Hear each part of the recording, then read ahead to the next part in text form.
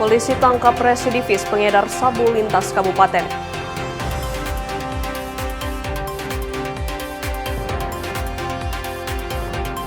Harga sembako naik, cabai rawit tembus Rp120.000 per kilogram.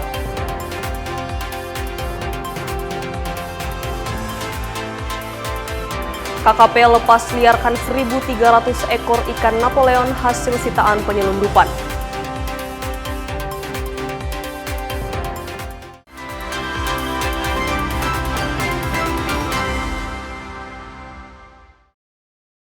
Selamat pagi saudara, apa kabar Anda hari ini? Kita berjumpa kembali dalam program Kompas Pagi. Selain keempat sorotan tadi, Anda juga bisa menikmati beragam informasi menarik lainnya yang dihimpun tim redaksi Kompas TV. Bersama saya Megumi Sumah, inilah Kompas Pagi selengkapnya. Hanya di Kompas TV, independen, terpercaya.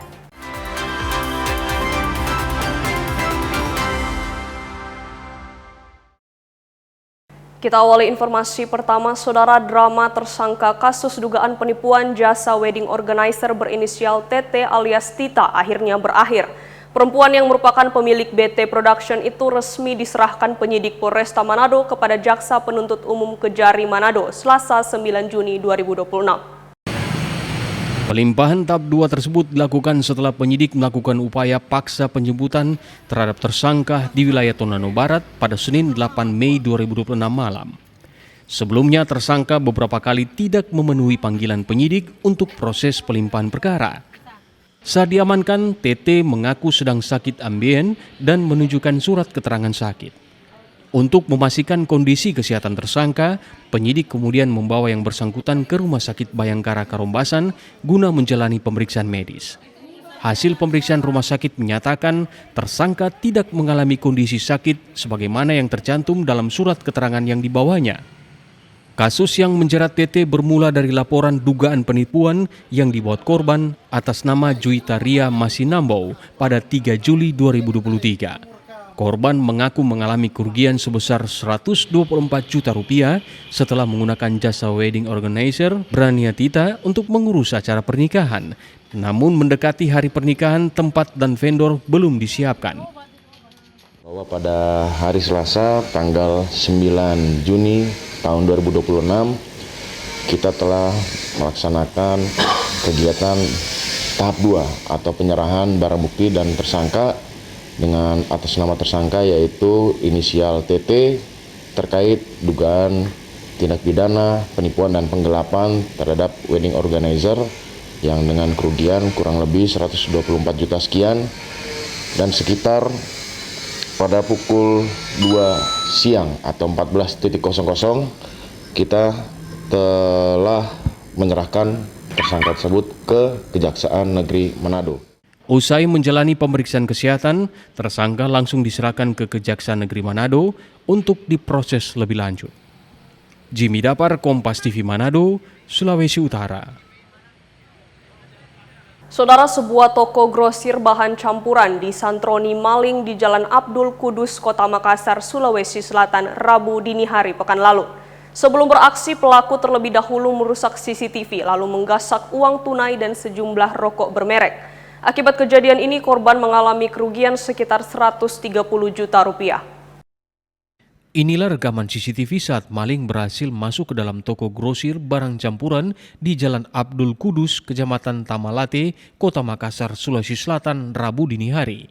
Sebelum melancarkan aksinya, pelaku terlebih dahulu merusak CCTV atau kamera pengawas yang berada di dalam toko. Kemudian mengambil sejumlah barang seperti rokok bermerek dan uang tunai senilai Rp1 juta. Akibat kejadian ini, pemilik toko mengalami kerugian ditaksir senilai Rp130 juta. Menurut kerabat pemilik toko, Tuti, kasus pencurian ini baru diketahui saat pagi hari saat membuka toko dan mendapati keadaan toko sudah terbongkar. Adapun pelaku masuk ke dalam toko usai membobol jendela beserta pengamanan besi yang berada di samping toko. Sebelum mengambil sejumlah barang, pelaku lebih dahulu merusak CCTV atau kamera pengawas. Rokok semua diambil, ada uang kecil senilai 1 juta. Kalau untuk nilai totalnya itu, Pak? Ada 130 kayaknya dia sudah hitung. 130 juta? Iya. 130 juta? Iya. Itu sampai bagaimana ceritanya bisa diambil itu, Pak? Apanya Yang maksudnya? Kronologisnya reporter ini semua. kejadiannya dia lewat mana? Kejadiannya seperti apa? Lewat dari samping. Dari Iya. samping ya. Iya. Terus? Dari samping masuk ke depan lah. Terus Oh dia rusak itu pintu Buri, Iya, rusak jendela. jendela. Jendelanya. Padahal itu pintu ada besinya Pak. Iya, ada pengamannya.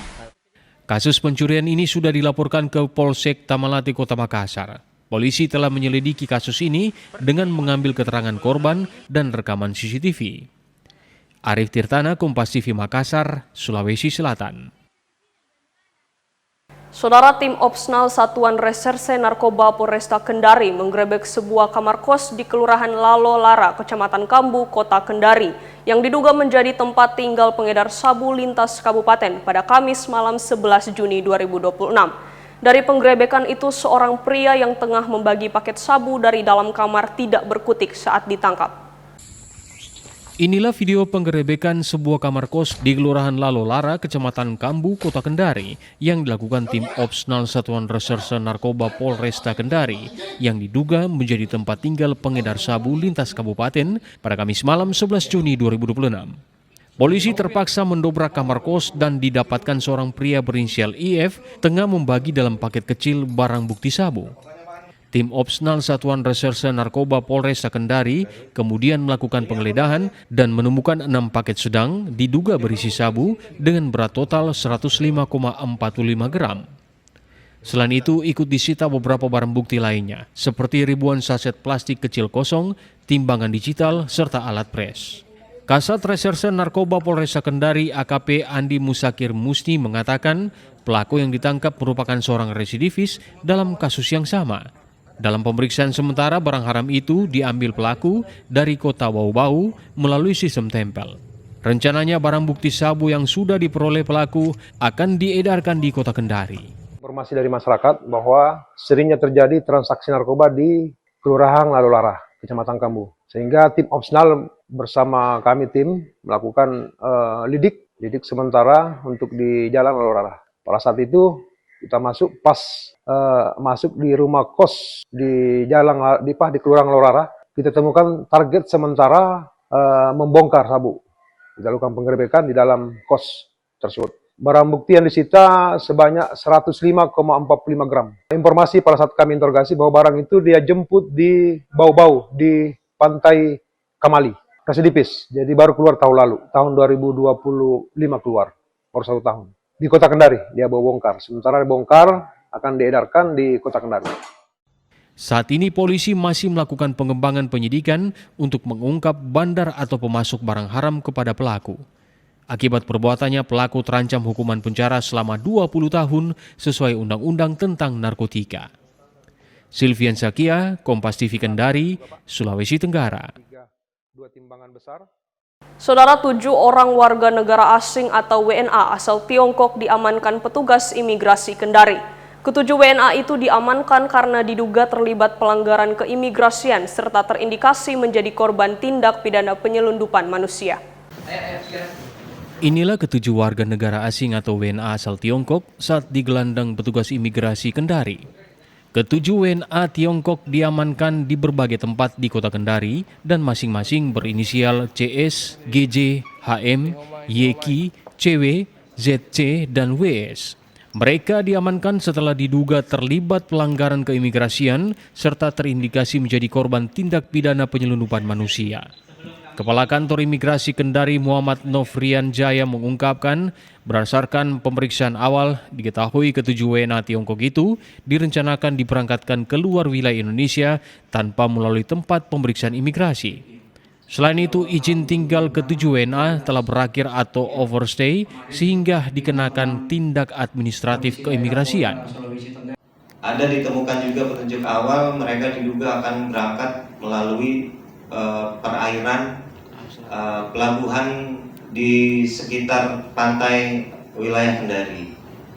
Jadi dia tidak lewat bandara, sama persis seperti yang motifnya juga di tahun lalu. Mereka melalui pantai-pantai yang di daratan Kendari. Kemudian apakah ada pelanggaran lain? Tidak ada. Sementara sampai saat ini dari hasil penelusuran kami, ketujuh orang ini belum pernah melakukan pelanggaran, bahkan belum pernah sebelum ini pertama kali datang di Kendari. Kendari murni mau sebagai tempat transit untuk bisa pergi ke dalam hal ini negara Australia. Untuk saat ini, ketujuh WNA Tiongkok menjalani pemeriksaan lebih lanjut di kantor imigrasi Kendari sebelum dilakukan deportasi ke negaranya. Silvian Sakia, Kompas TV Kendari, Sulawesi Tenggara. Saudara, kami akan segera kembali usai jeda dengan informasi harga sembako naik. Cabai rawit tembus Rp120.000 per kilogram.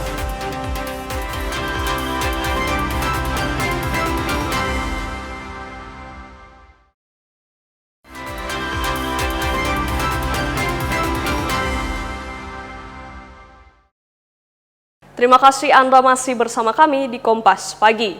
Saudara, sejumlah harga bahan pokok di beberapa pasar tradisional mengalami kenaikan. Di pasar tradisional Karombasan Manado, harga cabai rawit naik hingga Rp120.000 per kilogram. Kenaikan harga bahan pokok dan bumbu dapur terus terjadi di pasar tradisional Kota Manado. Dari pantauan di Pasar Karombasan Manado pada Sabtu pagi, kenaikan harga bahan pokok terutama terjadi pada minyak goreng curah yang kini dijual Rp22.000 per kilogram, naik sebesar Rp3.000 dari harga normal. Kenaikan sudah terjadi lebih dari 3 pekan, diikuti oleh kenaikan harga beras yang mulai dijual dengan harga Rp16.500 hingga Rp18.000 per kilogram untuk kategori beras medium. Kenaikan juga terjadi pada bumbu dapur seperti cabai rawit yang naik signifikan hingga Rp120.000 per kilogram, yang sebelumnya Rp80.000 per kilogram. Sementara untuk bawang merah yang sempat naik hingga Rp100.000, kini mulai turun di kisar Rp70.000 hingga Rp70.000 per kilogram. Oh, rica 120. Nah, kalau tomat bagaimana, Mam? Tomat 14. Iya. Rica itu ada harga naik atau bagaimana, Mam? Naik. Sebelumnya rica harga berapa? Harganya 80. Harga beras, iya. Sebelumnya berapa, Mam? Sebelumnya dia cuma 15, 14,5. Sekarang sudah 16 yang membramo. Kalau yang superwin bagaimana, Om? Superwin juga naik. Iya. Sebelumnya berapa superwin? Sebelumnya cuma 825. Ini sekarang sudah 910. Jadi untuk jual 1 kilo sekarang berapa? 16,5. Kurang tipis. Kenaikan harga bahan pokok dan bumbu dapur ini disebut oleh pedagang turut berdampak pada menurunnya penjualan mereka dalam seminggu terakhir. Jimmy Dapar, Kompas TV Manado, Sulawesi Utara. Saudara, harga minyak goreng curah di Pasar Bersahati Manado naik. Kenaikan harga minyak goreng curah hingga Rp22.000 per kilogramnya. Sementara harga minyak goreng minyak kita tetap di harga eceran yang ditetapkan pemerintah, yakni Rp15.700 per kilogram. Untuk informasi lengkapnya terkait fluktuasi harga minyak goreng, ikuti laporan jurnalis Kompas TV, Swingli Manderes dan kameramen Hence Tumilaar yang telah direkam sebelumnya. Ya saudara, saat ini saya sedang berada di Pasar Bersahati Kota Manado, di mana kami tengah memantau pergerakan harga dari sejumlah bahan pokok. Nah, salah satu bahan pokok yang cukup signifikan mengalami kenaikan harga adalah minyak goreng curah. Di tengah kenaikan harga minyak goreng curah, saat ini masyarakat cenderung beralih ke penjualan minyak kita yang dikeluarkan pemerintah dan masih dijual dengan harga eceran tertinggi, yaitu senilai Rp15.700. Untuk lebih lengkapnya kita akan bertanya ke pedagang yang ada di Pasar Bersahati. Saat ini saya sudah berada bersama dengan Ibu Feby yang merupakan salah satu pemilik gerai yang ada di Pasar Bersahati. Selamat pagi, Bu Feby. Pagi. Bu, izin kami bertanya, untuk ketersediaan stok minyak kita seperti apa? Stok minyak kita ada. Untuk ketersediaannya bagaimana, Bu? Apakah rutin dipasok dan berapa sih sekali pasok? Kalau sekali pasok itu dia 25 sampai 30 karton. Itu masuknya seminggu sekali. Bu, kalau terkait dengan stok yang rutin, apakah masyarakat juga beralih menggunakan minyak kita di tengah tingginya harga minyak goreng curah? Iya, masyarakat lebih memilih minyak kita daripada minyak curah. Alasannya apa? Karena minyak curah lebih mahal dari minyak kita. Untuk sementara harga minyak goreng curah dijual berapa? Untuk sementara 22.000 1 kilo. Sekali masuk 25, biasanya habis dalam berapa lama untuk minyak goreng? Itu kita kasih batas, 1 orang 2 liter. Itu bisa habis dalam Bisa habis dalam 1 minggu. Ya, saudara, di tengah kenaikan harga minyak goreng curah, masyarakat kemudian beralih menggunakan minyak kita yang masih dengan harga 15.700. Namun kendati demikian, peningkatan harga bahan pokok bukan hanya terjadi pada minyak goreng curah. Kami mencatat kenaikan bahan pokok juga terjadi pada harga beras kategori medium hingga premium, di mana harga beras yang awalnya dijual dengan harga normal 15.000 sekarang mulai dijual dengan harga 16.500 hingga 18.000. Sementara itu para pedagang juga mengeluhkan tingginya harga plastik yang cukup membebani operasional penjualan mereka di pasar. Swingli Manderes, Hencer Tumelaar, Kompas TV, Manado. Saudara, di tengah berbagai sorotan terkait panjangnya antrian biosolar dan naiknya harga BBM non-subsidi, pengamat ekonomi menilai pemerintah daerah perlu menyiapkan transportasi umum yang memadai sebagai alternatif bagi masyarakat untuk bisa sejenak beralih dari penggunaan kendaraan pribadi. Menanggapi fenomena kenaikan harga BBM non-subsidi jenis Pertamax yang sempat dikeluhkan oleh masyarakat, pengamat ekonomi Sulawesi Utara Feki Masinambau menilai pemerintah perlu menyiapkan langkah kreatif. Salah satunya dengan menyediakan transportasi umum yang lebih ramah dan memadai kebutuhan masyarakat. Menurutnya, kehadiran bus Trans Manado yang telah beroperasi sejak akhir tahun 2025 bisa dikembangkan guna melayani kebutuhan transportasi masyarakat di saat harga BBM non-subsidi sedang mengalami kenaikan.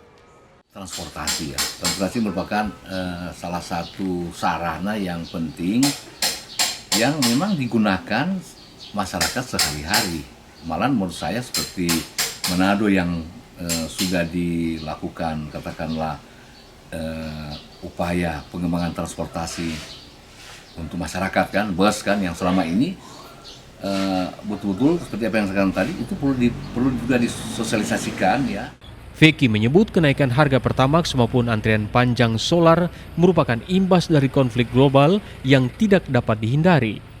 Sebelumnya, antrian solar di sejumlah SPBU di Kota Manado terpantau terjadi selama berminggu-minggu. Kondisi ini dikeluhkan oleh para supir karena dinilai mengganggu distribusi barang termasuk gas LPG. SPBU hari-hari. Bapak kan bawa kendaraan mobil gas. Oh, mobil gas. Ya. Ini terganggu enggak Pak distribusi? Ya terganggu waktu masyarakat dekat mesti kan cepat. Apalagi kalau sudah ada isi gas harus salur. Di lain pihak, Pertamina melalui keterangan tertulisnya memastikan stok BBM di Pulau Sulawesi akan ditambah guna memastikan kebutuhan masyarakat tetap terpenuhi. Swingli Manderes, Kompas TV Manado, Sulawesi Utara. Saudara, Kementerian Kelautan dan Perikanan atau KKP melepas liarkan 1.300 ekor ikan Napoleon di kawasan konservasi perairan daerah KKPD Sulawesi Utara 5 dan 7 Juni 2026 lalu. Ribuan ikan yang dilindungi ini hasil sitaan pihak KKP dari sebuah kapal yang akan menyelundupkan ke Hong Kong. Ikan Napoleon yang dilepas liarkan merupakan muatan kapal MV Silver Island berbendera Sao Tome yang ditangkap oleh kapal pengawas Orca 04 di perairan Laut Sulawesi pada 29 Mei 2026 lalu saat dalam pelayaran menuju Hong Kong. Pelepas liaran ini sejalan dengan semangat penegakan hukum yang tetap menjaga kelestarian sumber daya kelautan dan perikanan. Barang bukti yang diamankan berupa ikan hidup dan termasuk dalam jenis yang dilindungi. Maka tindakan penyelamatan segera dilakukan, yakni dengan mengembalikannya ke habitat alami demi menjaga kelestarian sumber daya perikanan Indonesia. Dalam rangka proses penyidikan oleh penyidik pegawai negeri sipil, sebagian dari ikan Napoleon ini telah disisihkan untuk dijadikan sampel barang bukti dalam persidangan.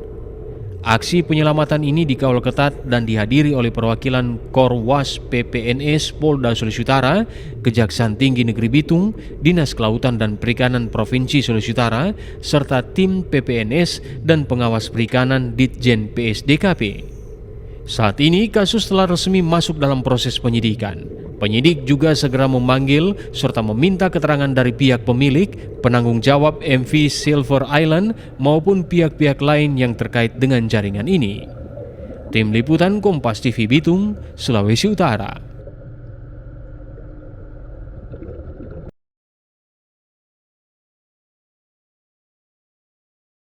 Saudara, kami akan segera kembali usai jeda dengan informasi temu jurnalis soroti tantangan di era digital. Tetaplah bersama kami.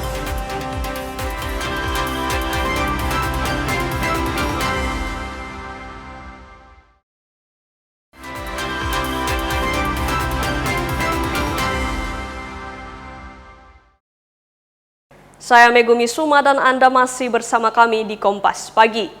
Saudara, Bupati Michael Tungari bersama Forkopimda Kabupaten Kepulauan Sangihe menyalurkan bantuan bagi warga Pulau Kawiyo yang terdampak gempa bumi pada Kamis pekan lalu. Bupati Kabupaten Kepulauan Sangihe Michael Tungari meninjau langsung kondisi warga terdampak gempa bumi di Pulau Kawiyo, Kecamatan Marore, Kamis 11 Juni 2026 lalu. Dalam kunjungan tersebut, Bupati bersama rombongan membawa berbagai bantuan untuk masyarakat yang hingga kini masih bertahan di tenda pengungsian akibat trauma gempa susulan. Sementara itu, Bupati Kepulauan Sangihe Michael Tungari menyatakan kunjungan ini dilakukan untuk melihat langsung kondisi masyarakat dan memastikan penanganan korban gempa berjalan dengan baik. Menurut Bupati, sebagian besar warga masih memilih tinggal di tenda pengungsian karena trauma akibat gempa susulan yang masih terus terjadi. Hari ini kami datang melihat langsung kondisi masyarakat seperti apa, dan seperti yang kita lihat sendiri bahwa sebagian besar masih berada di tenda pengungsian karena masih trauma. Kami saja di sini sudah kira-kira 6 atau 7 kali dilanda gempa susulan. Dan sangat wajar kalau mereka masih trauma dan ingin berada di tenda. Hari ini kita membawa bantuan tenda, matras, tempat tidur, kemudian bahan sembako, apa saja yang telah dibantu oleh pemerintah provinsi, kemudian dari instansi vertikal, semua bantuan masyarakat telah kami terima dan kami bawa melalui kapal Sabuk Nusantara. Pemerintah daerah juga telah menyalurkan berbagai bantuan berupa tenda, matras, tempat tidur, sembako, serta mengerahkan tenaga kesehatan untuk melayani masyarakat. Tim Liputan Kompas TV Sangihe, Sulawesi Utara. Saudara, di tengah derasnya arus informasi dan meningkatnya penggunaan media sosial, kemampuan memilah informasi menjadi tantangan tersendiri bagi generasi muda. Dalam Temu Jurnalis Gorontalo 2026, siswa dan mahasiswa diajak memahami dunia jurnalistik, literasi digital, hingga dampak perkembangan kecerdasan buatan atau artificial intelligence atau AI. Pelatihan jurnalistik bagi siswa dan mahasiswa menjadi salah satu agenda dalam Temu Jurnalis Gorontalo 2026. Berbagai materi dibahas dalam kegiatan ini, mulai dari perkembangan media sosial, kecepatan arus informasi, budaya viral, hingga pemanfaatan artificial intelligence atau AI di era digital. Kegiatan ini diinisiasi oleh AMSI, SMSI, JMSI, PWI, dan IJTI Gorontalo sebagai bagian dari konstituen Dewan Pers di Gorontalo. Ketua Umum Pengurus Pusat IJTI bilang kehadiran media sosial turut merubah pola penyebaran informasi di masyarakat dan menjadi tantangan dalam dunia jurnalistik. Etika itu, ya kan, sebetulnya semuanya berbasis pada nurani. Oke? Kita harus, kemudian terkait aturan sangat, harus saya akui, aturan sangat longgar. Sangat longgar. Coba teman-teman sekarang, pemerintah juga harus berjuang keras untuk kemudian men-take down materi-materi yang negatif. Oke. Kalau karya jurnalistik itu clear, pasti akan diadukan ke Dewan Pers. Tapi yang enggak, kan banyak banget. Apalagi homeless yang enggak jelas di mana kantornya. Kecepatan penyebaran informasi melalui media sosial dan kuatnya budaya viral telah mengubah cara masyarakat menerima dan mengonsumsi informasi. Peserta menyebut adanya kegiatan ini membuka wawasan siswa dan mahasiswa terkait literasi digital dan pemahaman dunia jurnalistik. Dari kegiatan ini saya dapat beberapa ilmu mengenai menjadi seorang jurnalis yang baik dan profesional. Harapannya bisa terus dilaksanakan atau bisa berkelanjutan untuk kegiatannya, biar makin bermanfaat untuk kita sebagai generasi ke generasi. Generasi muda diharapkan tidak hanya menjadi konsumen informasi, tetapi juga mampu bersikap kritis dan bertanggung jawab dalam memproduksi maupun menyebarkan informasi. Fikar Buntuan, Kompas TV, Gorontalo. Saudara Wakil Menteri Koordinator Bidang Hukum, Hak Asasi Manusia, Imigrasi, dan Pemasyarakatan Otto Hasibuan mengajak para akademisi, mahasiswa, dan advokat untuk memahami paradigma KUHP dan KUHAP baru, termasuk penerapan restoratif justice dan akses hukum khususnya kepada warga kurang mampu.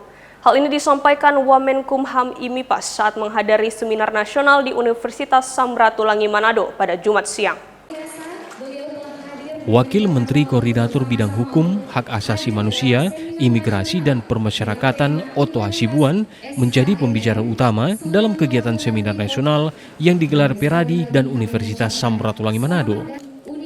Mengusung tema implementasi KUHP nasional dan tantangan harmonisasi KUHAP dalam praktek penegakan hukum, Wamenko Otto Hasibuan memaparkan arah baru penegakan hukum di Indonesia, termasuk menjelaskan pentingnya pemahaman paradigma terkait penerapan dan pelaksanaan KUHP dan KUHAP baru, termasuk penerapan restoratif justice dan akses bantuan hukum, khususnya kepada warga kurang mampu dan marginal. Kita sekarang paling tidak bisa mengharapkan para mahasiswa, dosen, dan seluruh masyarakat di Manado ini bisa mengetahui persis bagaimana paradigma penerapan KUHP dan KUHAP di negara kita ini. Jadi yang mereka sudah saya sampaikan tadi, kalau dulu KUHP-nya dibuat oleh kolonial, sekarang ini kita sudah lakukan oleh negara kita sendiri, ya. Jadi ada paradigma. Kalau dulu paradigmanya retributif, artinya pembalasan dendam, sekarang paradigmanya adalah bagaimana supaya korektif, ya kemudian itu restoratif dan juga bisa adaptif, gitu ya. Bisa memahami bisa melihat bahwa pelaku itu tidak harus diberikan balas dendam, tetapi dimaafkan dengan cara supaya dia insaf kembali. Kegiatan seminar nasional dihadiri ratusan mahasiswa dari Fakultas Hukum Universitas Samratulangi, pengurus dan advokat Peradi Sulawesi Utara, serta pejabat Kanwil Hukum, Imigrasi, dan Pemasyarakatan. Jimmy Dapar, Kompas TV Manado, Sulawesi Utara. Saudara, guna memperkuat pemahaman serta praktik pendidikan inklusif yang berfokus pada kekuatan individu neurodivergent, sebuah organisasi non-profit Magna Minds menggelar workshop Sabtu pekan lalu. Kegiatan ini bertujuan mengembangkan pendidikan inklusif yang lebih optimal di Kota Manado. Workshop yang mengangkat isu neurodiversitas sebagai kekuatan dan bagaimana memadukan kolaborasi dalam pendidikan inklusif dibuka Wali Kota Manado, Andre Ango. 2 orang ahli di bidang fisiologi dihadirkan sebagai pembicara, yakni psikolog anak Anita Chandra dan Margareta Trioposa Coera. Ini kegiatan yang diinisiasi dengan baik banget ya, kalau menurut saya sangat baik gitu, karena ini menjadi suatu hal yang penting kalau kita bicara soal inklusivitas ke depan tuh kan anak-anak dengan kebutuhan khusus ini makin lama makin meningkat juga jumlahnya, jadi sehingga inklusivitas nggak bisa kita hindarin. Pada akhirnya dia harus tetap kita persiapkan. Nah, dengan adanya kegiatan ini kan membuat kesadaran awareness di masyarakat tentang apa sih neurodiversity, kemudian bagaimana menginklusikan anak-anak ini di dalam dunia yang kalau kita bilang tipikal gitu ya, sehingga memahami seperti apa sih neurodiversity itu penting sekali. Seratusan peserta dari berbagai kalangan seperti klinik psikolog, sekolah inklusi, yayasan, lembaga terapi maupun mahasiswa hadir dan sangat antusias mengikuti kegiatan yang dipusatkan di Menara Dana Raya Tanjung Batu, Manado. Para peserta mengaku senang karena materi yang diterima bisa menambah wawasan mereka terkait neurodiversitas serta dapat menopang pengembangan pendidikan inklusif yang lebih optimal. Kami senang dengan sudah difasilitasi seperti ini, di mana anak-anak kan Pak berbeda seperti Ibu bilang, berbeda bukan berarti kurang. Mereka punya cara sendiri untuk berkembang. Nah, sekolah inklusi inilah yang seharusnya mampu memfasilitasi. Jadi dengan arahan membuat IEP, program pembelajaran individu yang diarahkan tadi itu penting. Jadi setiap anak dia punya tuntunan, ada tuntunan dari pihak sekolah, ada kurikulum yang memang sesuai dengan kebutuhannya. Ya, dengan adanya workshop ini yang sangat baik untuk membekali kita sebagai guru-guru di sekolah inklusi atau guru-guru terapis, karena memang di Manado jarang ada kegiatan atau event seperti ini. Jadi ketika ada acara seperti ini sangat bersyukur dan mengikuti kegiatan ini dengan dari awal sampai sore sangat-sangat membantu, walaupun memang tadi dikatakan oleh pemateri belum semuanya bisa disampaikan, tapi cukup untuk membantu kami sebagai guru-guru dari sekolah-sekolah inklusi atau guru-guru terapis. Sementara founder Magna Minds, Ryan Winston Ango bilang, program pelatihan ini bertujuan memberikan pemahaman bagaimana mempelajari pendekatan inklusif, strategi komunikasi, dan adaptasi lingkungan kepada kelompok yang memiliki cara berpikir yang unik seperti autisme, ADHD, dan disleksia. Jadi tujuan kita sebagai organisasi Magna Minds adalah untuk semua peserta yang datang ke workshop ini untuk pulang dengan visi yang lebih jelas dalam tujuan mereka untuk mengimplementasi inklusivitas dalam lingkungan mereka masing-masing. Di sini ada banyak macam orang ada guru, ada terapis, ada psikolog dan mahasiswa, dan semoga dari ilmu yang mereka belajar dalam acara ini mereka bisa lebih fokus dan lebih berilmu lah. Kegiatan ini diakhiri dengan peluncuran buku panduan praktis neurodiversitas yang ditulis oleh Ryan Ango serta membagikannya secara gratis kepada peserta. Doni Arai, Kompas TV Manado, Sulawesi Utara. Kami segera kembali dengan informasi jaga nilai kebangsaan Pemkot Manado gelar Festival Bung Karno. Jangan kemana-mana, tetap bersama kami di Kompas Pagi.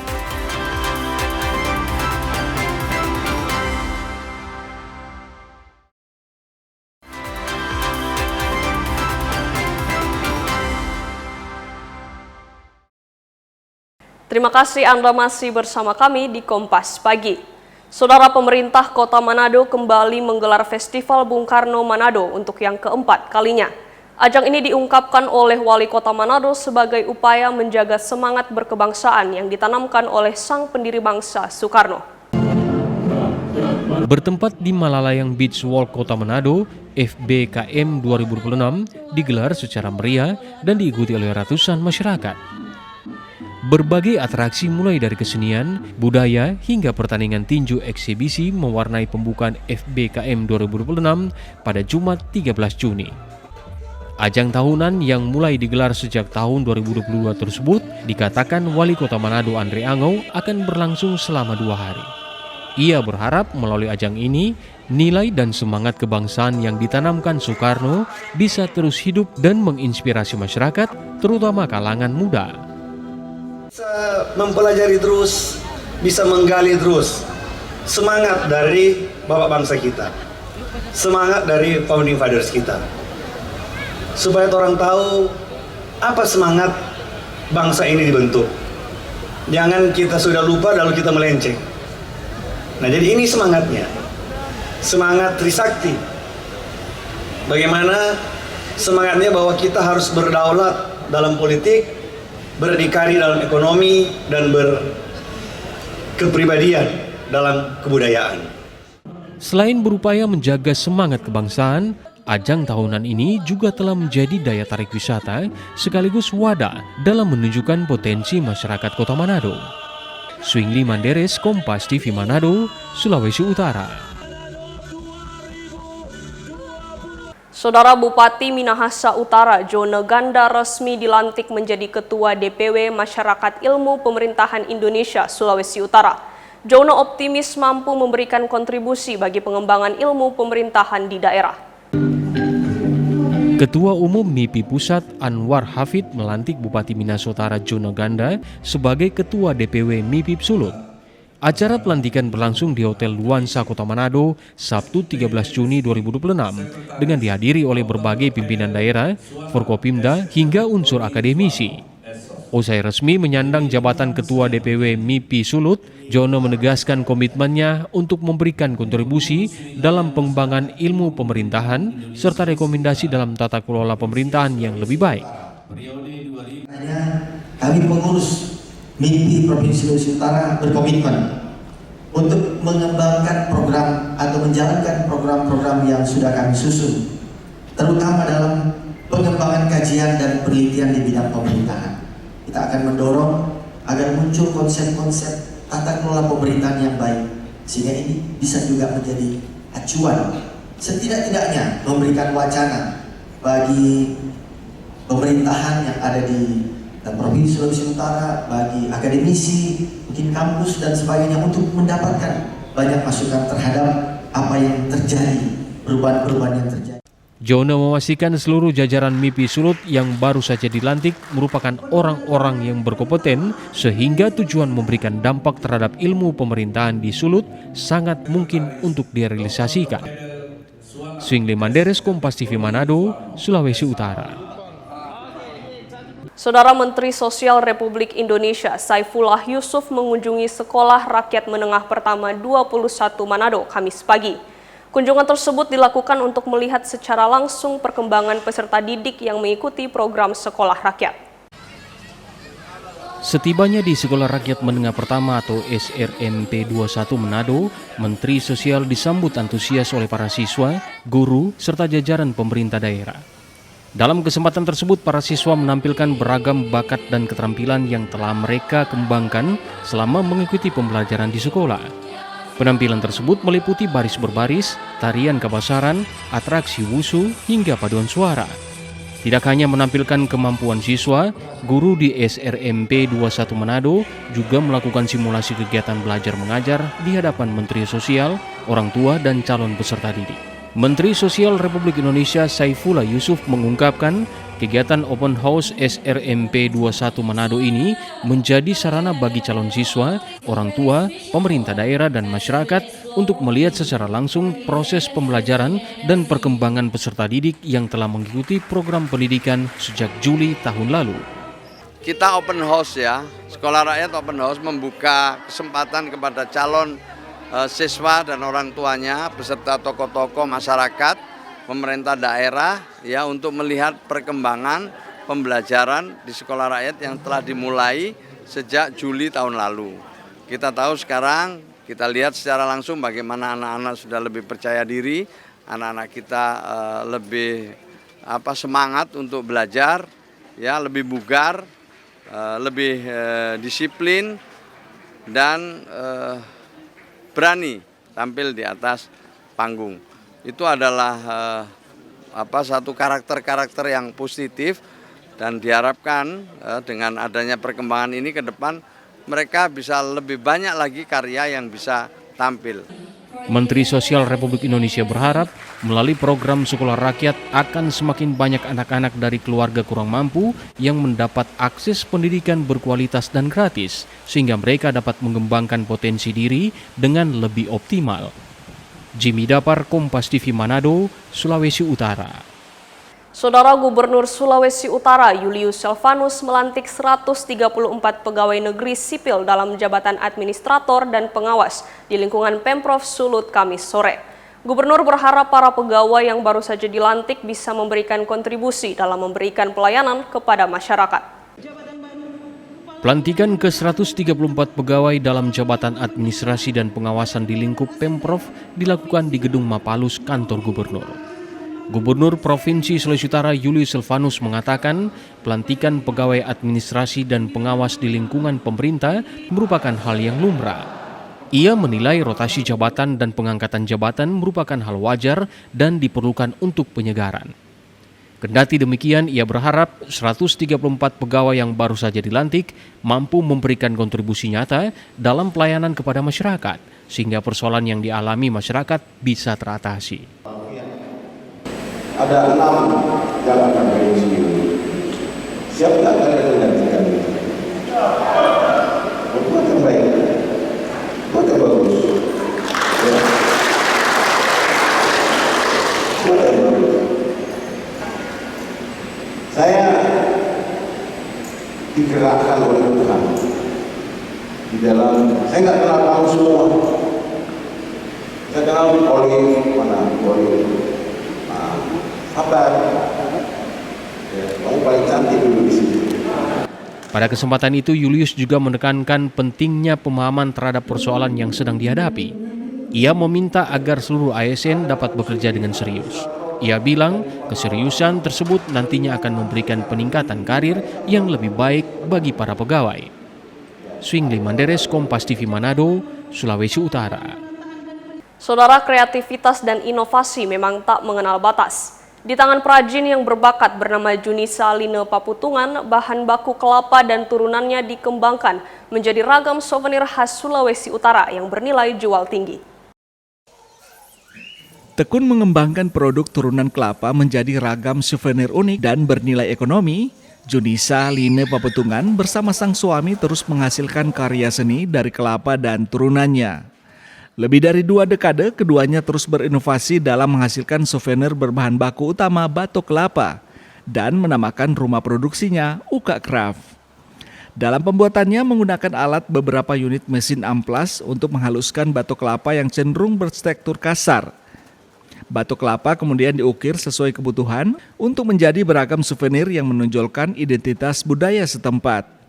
Beberapa di antaranya menjadi miniatur rumah panggung masyarakat suku Minahasa, miniatur bendi, sebuah alat transportasi tradisional masyarakat Minahasa, miniatur alat musik kulintang, plakat, gantungan kunci, pin, kalung, kancing baju, hingga papan nama dan kotak tempat tisu.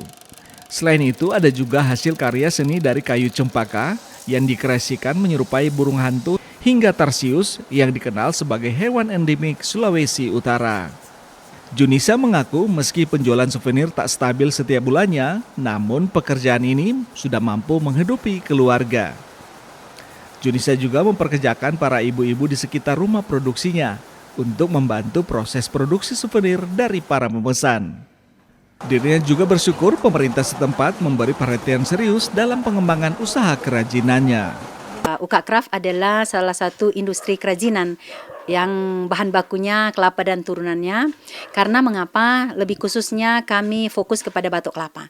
Karena limbah batok kelapa ini jadi banyak sekali di Sulawesi Utara dan harganya memang masih harga terjangkau. Kami sebagai UMKM itu harus pintar untuk menangkap peluang.